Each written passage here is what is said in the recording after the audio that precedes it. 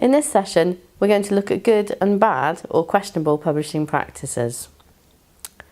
We expect that all reputable journals should follow good practice in academic scholarly publishing.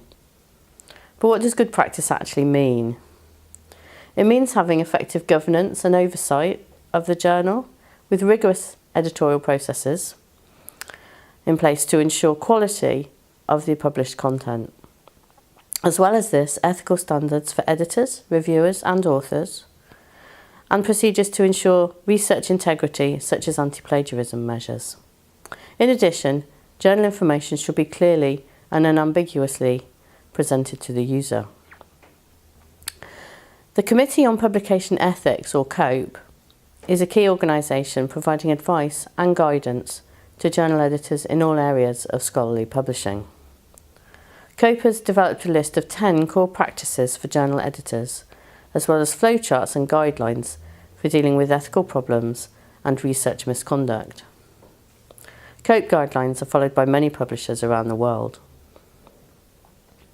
The World Association of Medical Editors aims to improve editorial standards and promote professionalism in medical editing. They offer some useful resources, including a syllabus for prospective or newly appointed journal editors. Turning to open access publishing, OASPA is the organisation representing the community of open access publishers.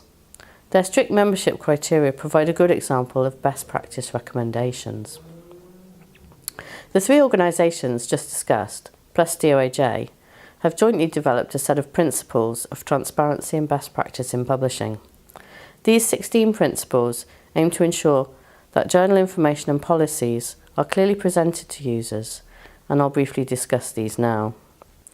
Information that should be made available on the journal website includes details of the peer review process that is followed by the journal, as well as the governing body that oversees it, its editorial team, and contact information.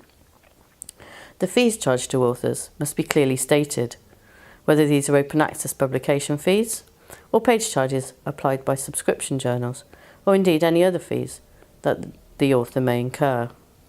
The site must also include the copyright policies of the journal and how the editors deal with issues of research misconduct. The journal website should be professional and well structured, with clear information on who owns and manages the journal. The journal name must be unique and not attempt to mislead users by similarity with other, more well-known titles. It is also expected that the journal's policies on conflicts of interest of editors, authors, and reviewers are presented. The method of accessing the journal articles should be evident, whether that's open access, subscription, pay-per-view, etc. A journal must state its business model or revenue sources, as well as its policy on advertising, together with a publishing schedule for the journal. Is it monthly, quarterly, or published on a continuous basis, for instance? A plan for continued access to the journal in the event of disaster or closure should also be indicated. And finally, any direct marketing undertaken by the journal must be well targeted. Spam email campaigns are not acceptable. That completes our quick rundown of the key principles of transparency and good publishing practice. But what about those journals that do not adhere to these principles? How do we tell if a journal is just poor quality or if it follows questionable ethics or practices? Stay tuned to hear more.